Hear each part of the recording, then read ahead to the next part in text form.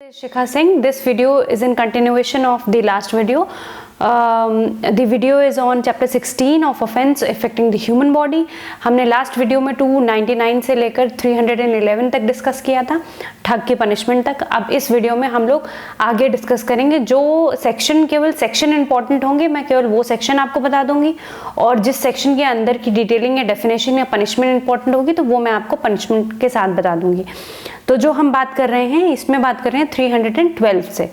तो of causing the miscarriage or of injuries to unborn children, of the exposure of infant and the concealment of birth.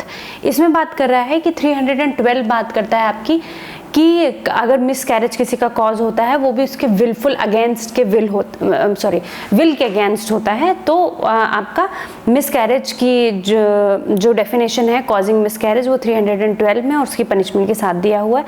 313 कहता है कि miscarriage हो रहा है बट वुमेन की कंसेंट के साथ हो रहा है. 312 कॉजिंग मिसकैरेज है. 313 जो है वो विल के साथ है वुमेन के मिसकैरेज, तो उसमें कोई पनिशमेंट नहीं होती है.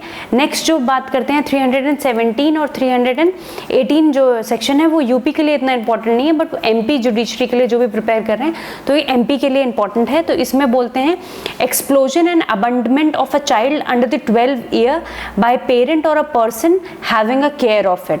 मतलब कभी भी 317 कहता है कि कोई भी बच्चा है, फॉर एग्जांपल ए जो है वो चाइल्ड है, उसकी केयर कर रहा है, उसके पेरेंट्स हैं बीसी, तो अगर दोनों केयर कर रहे हैं एक ही और उसके आपने केयर से उसको हटा लिया है, अबंड कर दिया है चाइल्ड को, या फॉर एग्जांपल बच्चे को उठा के आपने कहीं और रख आए हैं या छोड़ आए हैं, तो आपको पनिशमेंट मिलती है 317 में. और इसमें आपको पनिशमेंट आपको ज़्यादा है. आप अपनी बैरक खोल के देख सकते हैं कि जो 300 सेक्शन 17 है, उसमें जो पनिशमेंट की बात की है, वो बात की है कि 7 ईयर्स है, फाइन है और बोथ भी हो सकता है.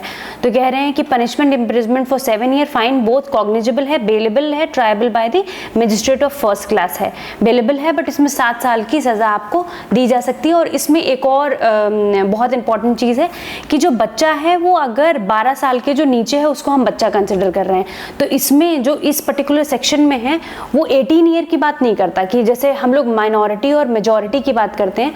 सेक्शन 317 में जो चाइल्ड की जो एज है वो केवल 12 ईयर तक कंसिडर की गई है. आपको अगर, क्योंकि आपको इस सेक्शन में ये याद करना इसलिए इम्पोर्टेंट है क्योंकि जो 18 ईयर है वो हमारी माइनर, हम लोग माइनर मानते हैं उसको, मेजॉरिटी इसके बाद मानते हैं, बट पर्टिकुलर सेक्शन के लिए 317 के लिए आपको 12 साल माननी पड़ेगी चाइल्ड की एज. जब आप किसी भी 12 साल या 12 साल के छोटे बच्चे को उसके पेरेंट्स से अबंड करते हैं या उससे हटा देते हैं उनकी पेरेंट गार्डियनशिप से, तो आपको पनिशमेंट मिल सकती है 7 ईयर्स की. फिर जो नेक्स्ट बात करते हैं, हम सीधा आ जाते हैं कि हर्ट पे. 319 से आपका हर्ट शुरू होता है, जिसमें आपका कहता है कि 319, 20, 21, 23, 24, 25 तक आपका हर्ट की बात करता है, और ये सारे ही सेक्शन बहुत इंपॉर्टेंट हैं. तो जब हम सेक्शन 319 की बात करते हैं तो वो केवल हर्ट की डेफिनेशन आपको देता है, तो कहीं भी इसमें पनिशमेंट नहीं है. 320 जब बात करता है तो ग्रीवियस हर्ट की बात करता है, वहाँ भी कोई पनिशमेंट नहीं है, बट आपको बताया है कि हर्ट और ग्रीवियस हर्ट क्या होता है. तो हम लोग हर्ट और ग्रीवियस हर्ट को रीड कर लेते हैं कि ये होता क्या है. तो नॉर्मल जो हर्ट है, जब आप बात करते हैं हर्ट की, तो whoever causing a bodily pain, disease, infirmity to any person is causing a normal hurt to a person. तो इसमें आपका physical health plus mental health दोनों आ जाती है. फॉर एग्जांपल किसी को आपने शॉकिंग न्यूज़ दे दी कि आप फॉर एग्जांपल कोई कोई अगर हॉस्पिटल में है, फॉर एग्जांपल ए एडमिटेड है हॉस्पिटल में, और आपने उसको अचानक से न्यूज़ बर्स्ट कर दी कि आपके बेटे का एक्सीडेंट हो गया है, तो वो आपका आता है सिंपल हर्ट की कैटेगरी में. प्लस गिविंग अ फिस्ट, मतलब किसी को हल्का सा मुक्का मार देना या उसको हर्ट दे देना या ऐसा कुछ भी करना, तो वो छोटे मोटे हर्ट ही आता है, मतलब छोटा मोटा वो होता है. बट कभी भी अगर कोई भी ऐसा हर्ट का दाग जो परमानेंटली आपकी बॉडी पे रह जाए। फॉर एग्जांपल किसी ने ब्लेड से आपका इधर फेस पे कुछ भी काट दिया, तो वो आपका देखा जाए तो वो बहुत ग्रीवियस नहीं है, उससे जान नहीं जा सकती, बट कहा गया है कि कभी भी आपके फेस पे या कहीं भी आपके ऐसे विजिबल पार्ट पे अगर स्क्रैच का दाग कोई दे दे फेस पे बेसिकली, तो वो आपको ग्रीवियस हर्ट की कैटेगरी में आ जाता है। तो अगर वो फेस पे कोई भी स्क्रैच का मार्क या स्टिचेस आ जाते हैं, 10-12 स्टिचेस आपके लग गए हैं, तो वो आपको कंसिडर होगा कि वो ग्रीवियस हर्ट की कैटेगरी में आ गया है। तो ग्रीवियस हर्ट जो है, हमारा 8 पॉइंट दिए हैं ग्रीवियस हर्ट में, तो हम हर पॉइंट को डिस्कस करेंगे। जैसे इमेस्कुलेशन, मतलब कोई भी आपका बॉडी का पार्ट डिसलोकेट हो गया है या परमानेंटली आपको अगर ये सेक्शन याद करना है तो आपको ये याद करना पड़ेगा कि परमानेंटली आंखों की साइड चली गई या ईयर की साइड चली गई, या आपका कोई भी जॉइंट या कोई भी ऐसा बॉडी पार्ट जो आपका वर्क करना बंद हो गया, या किसी भी बॉडी पार्ट की पार चली गई, फॉर एग्जांपल नी की आपकी उठने बैठने या एक्सरसाइज करने की या चलने की पावर खत्म हो गई है, या डिसलोकेट हो गया है, या फेस या हेड पे आपको कोई भी स्क्रैच या कोई भी दाग आया है, या आपका सर फूट गया है, वो सारे, या फ्रैक्चर या डिसलोकेशन, ये सारी चीजें। आपका टीथ, अगर आपके टीथ भी डिसलोकेट हो रही है, टूट जा रहा है आपके दांत भी, तो वो भी आपका ग्रीवियस हर्ट में ही आता है। या फिर लास्ट में जो 8th पॉइंट दिया गया है, उसमें ये कहता है कि कोई भी ऐसा हर्ट आपको दिया गया है जिसमें कि आप 20 दिन तक हॉस्पिटल में हॉस्पिटलाइज्ड हो जाएं, तो आपको माना जाएगा कि वो ग्रीवियस हर्ट की कैटेगरी में है। मतलब आप अगर हॉस्पिटलाइज हो गए हैं और आप अगर अपनी normal day to day work नहीं कर पा रहे हैं, फॉर एग्जाम्पल आप खुद से वॉशरूम नहीं जा पा रहे हैं या नहा धो नहीं पा रहे हैं, तो वो सारी कैटेगरी ग्रीवियस हर्ट में आ जाती है। तो ये ग्रीवियस हर्ट हो गया। जब हम बात करते हैं सेक्शन 321 की, जब हम बात करेंगे तो हम बात करेंगे कि वॉलंटरीली कॉजिंग ग्रीवियस हर्ट। 321 है voluntarily causing grievous, normal hurt है, ये वॉलंटरीली कॉजिंग हर्ट है। फिर ये इतना इंपॉर्टेंट नहीं है, वॉलंटरी कॉजिंग ग्रीवियस हर्ट है। फिर 323 जो है वो इंपॉर्टेंट है, क्योंकि मैंने जब आपको लास्ट वीडियो में बताया था कि 323 जो है वो अगर आप रॉबरी, थेफ्ट या कोई भी ऐसा ऑफेंस कर रहे हैं, रेप का भी ऑफेंस हो रहा है, तो उसमें 323 साथ में इंक्लूडेड होता है। तो आपको ये पता होना चाहिए कि 323 में बेसिकली पनिशमेंट दी है, वो भी हर्ट की पनिशमेंट दी है। तो कहता है whoever except in the case provided by section 334 voluntarily causes hurt shall be punished with the imprisonment for either description for which may extend to 1 year or may 1000 रुपये और both। मतलब 1 साल plus 1000 rupees इसमें आपका वो हो सकता है पनिशमेंट, और बोथ भी हो सकती है। तो आप अगर किसी को भी नॉर्मल हर्ट देते हैं वॉलंटरीली, तो आपको 1 साल की सजा, 1000 रुपए या बोथ भी हो सकता है।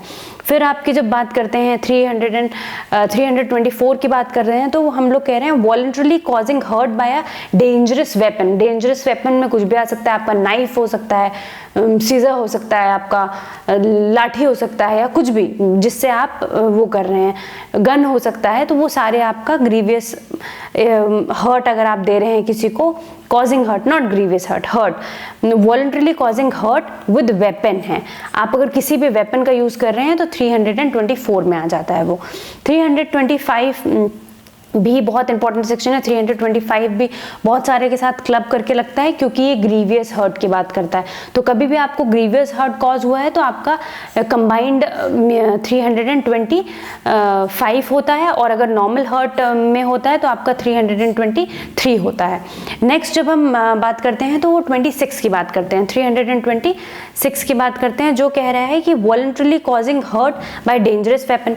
मतलब अगर आप जब भी याद करते हैं इन सारे सेक्शन को, तो आप ऐसे याद करिए कि हर्ट शुरू होता है 319 में, ग्रीवियस हर्ट है 320 में, 321 में जो है वो आपका नॉर्मल वॉलंटरीली हर्ट बताया कैसे होता है, 22 में आपको वॉलंटरीली ग्रीवियस हर्ट बताया है, 23 में आपको बताया है कि वेपन के साथ आप नॉर्मल हर्ट कर रहे हैं।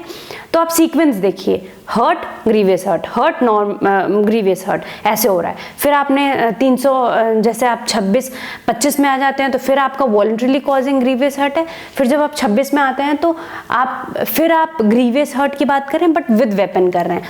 तो यहाँ जब भी आप फिर बात कर रहे हैं,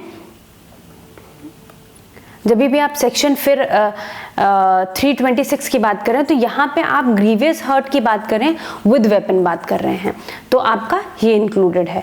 327 इतना इंपॉर्टेंट नहीं है, 28 भी इंपॉर्टेंट नहीं है। तो अब हम सीधा आ जाते हैं आपका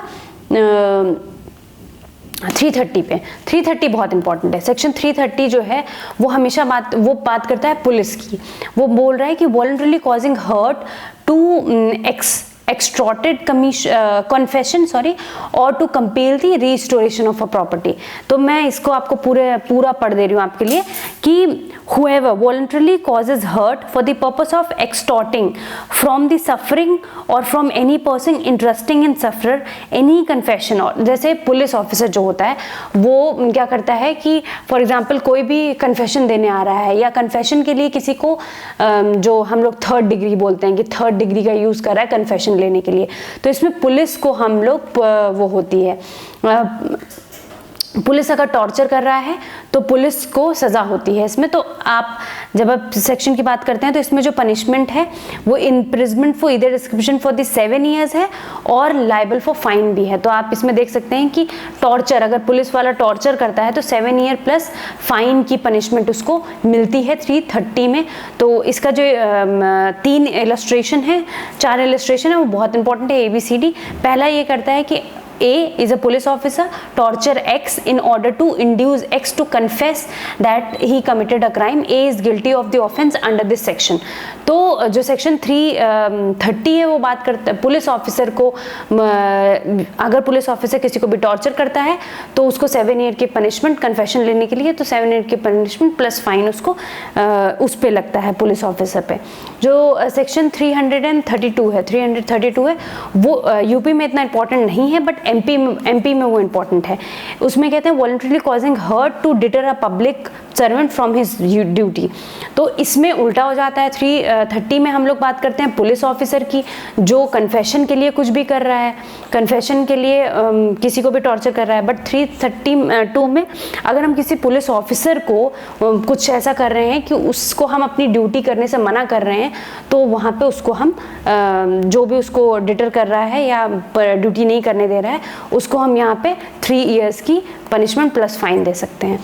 तो नेक्स्ट जो है voluntary causing hurt on provocation की, कोई भी हर्ट है, जो सेक्शन आप नेक्स्ट सेक्शन है 334 वो बात करता है, सेक्शन 334 बात करता है आपकी, सेक्शन 334 बात करता है वॉलंटरीली कॉजिंग हर्ट।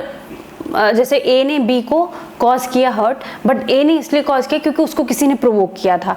तो यहाँ पे क्योंकि आपको किसी ने प्रोवोक किया हुआ है इसलिए आपको केवल 1 month की सज़ा होगी प्लस 500 रुपये की फाइन होगी।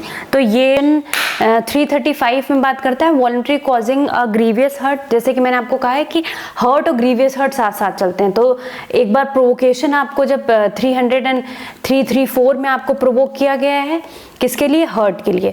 यहाँ पे 335 में आपको प्रोवोक किया जा रहा है किसके लिए, ग्रीवियस हर्ट के लिए आपको प्रोवोक किया जा रहा है। तो यहाँ पे जो हमने सज़ा थी वो 1 month की थी प्लस 500 रुपीज़ फाइन की थी। यहाँ पे जो आपकी सज़ा है ये 4 years की हो जाती है प्लस 4 years की हो जाती है प्लस 2000 रुपीज़ फाइन की हो जाती है। तो friends, in this particular video we have discussed section 312 to section 335. In the next video we will discuss the wrongful restraint and confinement.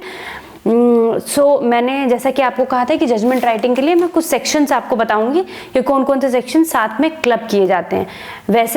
वैसे तो मेरी आपको एडवाइस होगी कि कभी भी अगर आप मेंस में चूज़ करें तो आप प्लेन राइटिंग चूज़ करें। कभी भी आप अगर चूज़ करें तो आप लोग प्लेन राइटिंग चूज़ करें। आप वो जजमेंट राइटिंग कम से कम चूज़ करें। बट कई लोगों को क्रिमिनल पार्ट ज़्यादा पसंद होता है तो वो जजमेंट राइटिंग चूज़ करते हैं।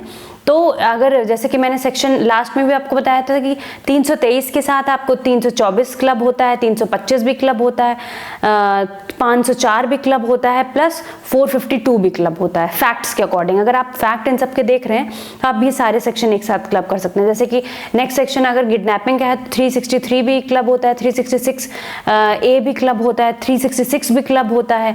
प्लस अगर आप थेफ्ट का कर रहे हैं तो 379 भी क्लब होता है, 323 भी क्लब होता है, 411 भी क्लब होता है, 452 भी क्लब होता है। ट्रेसपास भी अगर आदमी करेगा तो वो भी क्लब हो जाता है। तो ऐसे ही ये सारे सेक्शंस क्लब होते हैं।